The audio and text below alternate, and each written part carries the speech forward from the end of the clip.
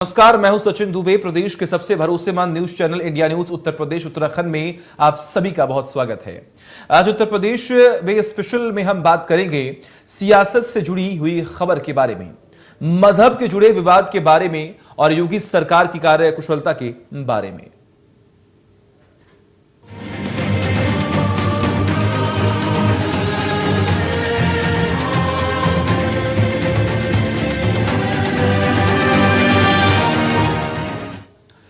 उत्तर प्रदेश में दोबारा योगी सरकार बनने के बाद ही 5 साल का रोड मैप तैयार कर टीम वर्क के साथ लक्ष्य को लेकर आगे बढ़ रहा है।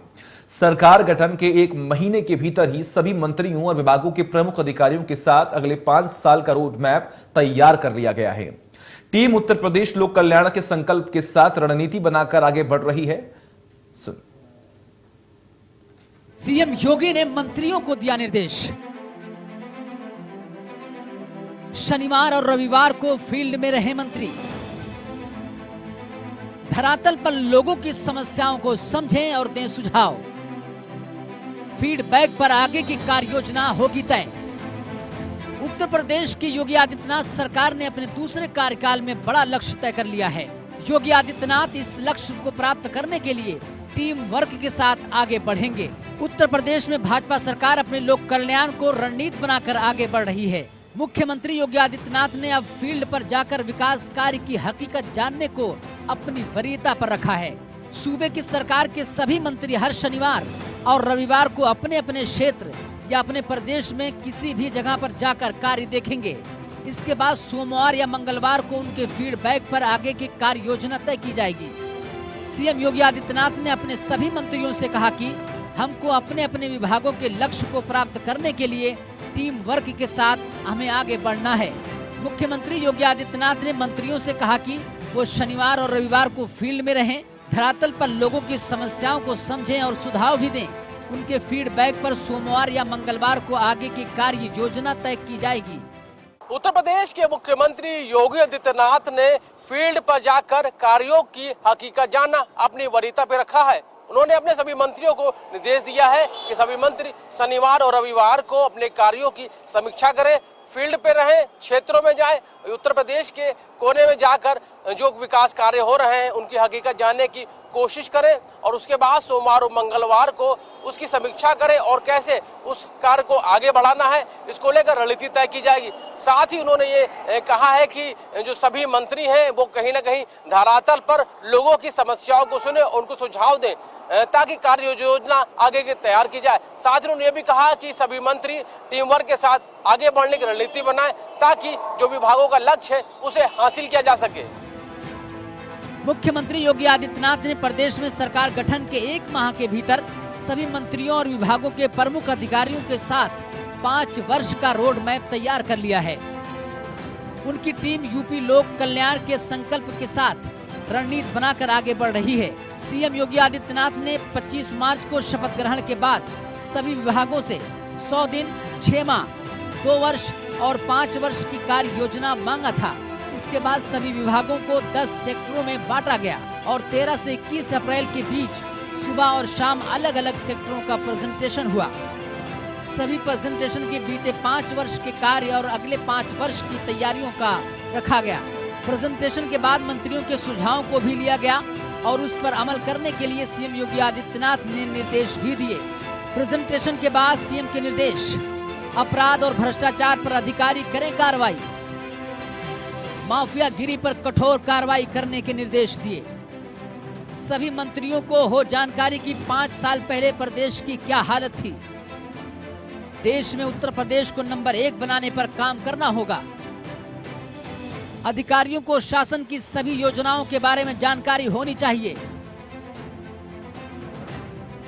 उसी आधार पर एक्शन प्लान बनाकर विभागीय बैठक भी करें।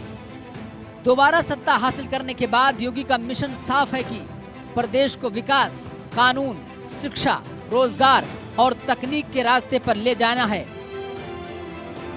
योगी का फोकस तकनीक और रोजगार, लोक कल्याण के साथ तकनीक और रोजगार पर फोकस, ज्यादा से ज्यादा तकनीक के इस्तेमाल करने पर जोर, ताकि पूरी व्यवस्था पारदर्शी और भ्रष्टाचार मुक्त हो सके।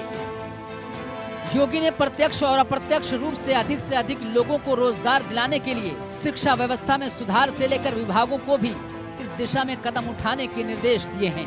मतलब ये कि योगी प्रदेश को हर स्तर पर अव्वल बनाने के लिए जद्दोजहद कर रहे हैं, इसलिए अधिकारियों से लेकर मंत्रियों को राहत देने के मूड में नहीं हैं।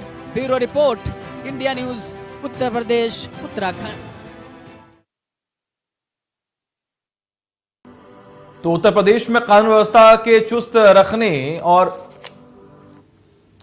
उत्तर प्रदेश में कानून व्यवस्था को चुस्त रखने के लिए योगी का मिशन साफ है कि अपराध और अपराधियों की खैर नहीं।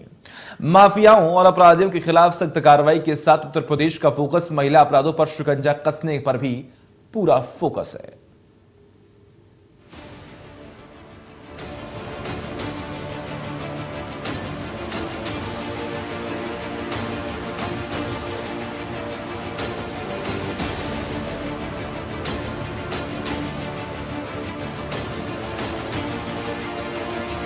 यूपी में कानून व्यवस्था को चुस्त रखने के लिए योगी का मिशन साफ है कि अपराध और अपराधियों की खैर नहीं।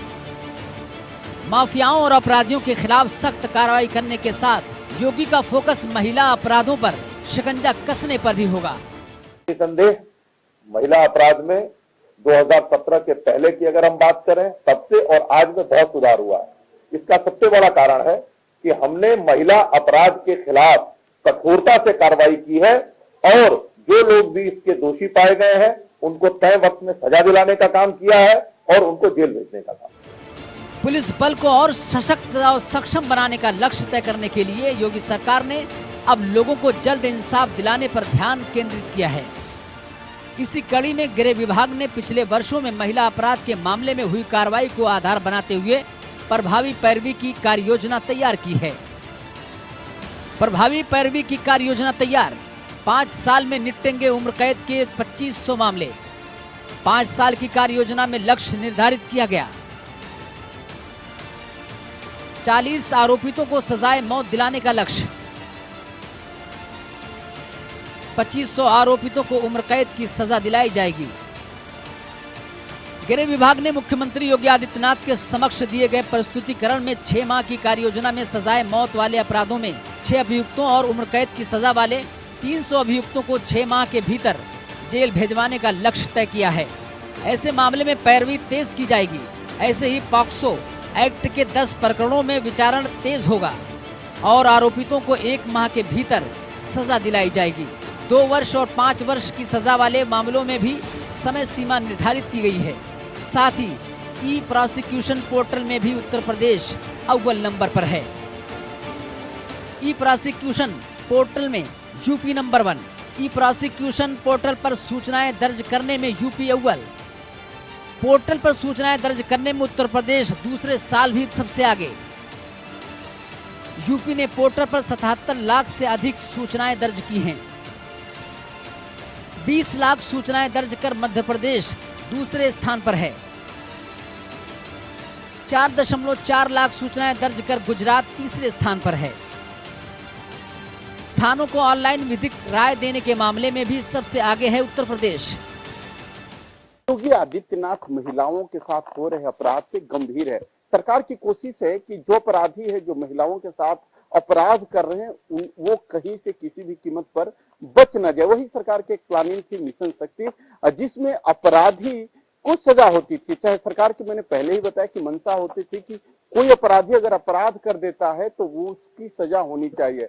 2019 के पहले जहां 55% केसों में सजा हुई, वहीं 2000 अगर हम 20 की बात करें तो लगभग 61% से 61% से अधिक लोगों की सजा हुई। सरकार की कोशिश रंग आ रही है और जो महिला अपराध का ग्राफ था धीरे धीरे कम होता नजर आ रहा है। महिला अपराध के मामले में दोषियों को सजा दिलाने में उत्तर प्रदेश पुलिस ने अपनी हालत में सुधार किया है। महिला अपराध पर योगी सख्त। 2019 में महिला अपराध के मामले में 55.2% सजा होती थी। 2020 में दोषियों को सजा दिलाने का आंकड़ा 61% हो गया। महिलाओं की सुरक्षा के लिए मिशन शक्ति की हुई शुरुआत। मिशन शक्ति के तहत सार्थक नतीजे आए सामने। मिशन शक्ति के 3 चरणों के दौरान 31 दोषियों को सजा हुई, जबकि 1087 आरोपितों को उम्र कैद की सजा हुई। 1315 आरोपितों को 10 साल या उससे ज्यादा की सजा हुई। 1 जनवरी से 31 मार्च के बीच 5 दोषियों को सजाए मौत की सजा हुई। इस दौरान 192 आरोपितों को आजीवन कारावास हुआ। 265 आरोपितों को 10 वर्ष से अधिक की सजा दिलाई गई। बुलडोजर का डर कहेंगे या इनकाउंटर का डर? लगातार जिस तरीके से अपराधियों का इनकाउंटर हो रहा है, या यह कह सकते हैं कि उत्तर प्रदेश में अपराधी खुद थानों में सरेंडर करने आ रहे हैं, कहीं ना कहीं इसके पीछे योगी आदित्यनाथ का शासन का ही रोल माना जा रहा है। लगातार जिस तरीके से अगर हम आंकड़ों की बात करें तो जो इनकाउंटर हुए थे लगभग वो 3 अंक में अपराधियों का इनकाउंटर हुए हैं। साथ ही लगातार बुलडोजर चल रहा है और कम से कम 1500 करोड़ से अधिक अपराधियों की संपत्ति जब्त हुई है। कहीं ना कहीं जिस वादे पर सरकार आई थी कि हमारा जो सरकार होगा वो 0 टॉलरेंस होगा और लगातार अपराधी उत्तर प्रदेश छोड़ के जाएंगे, वो हकीकत में बदलते दिखाई दे रहा है।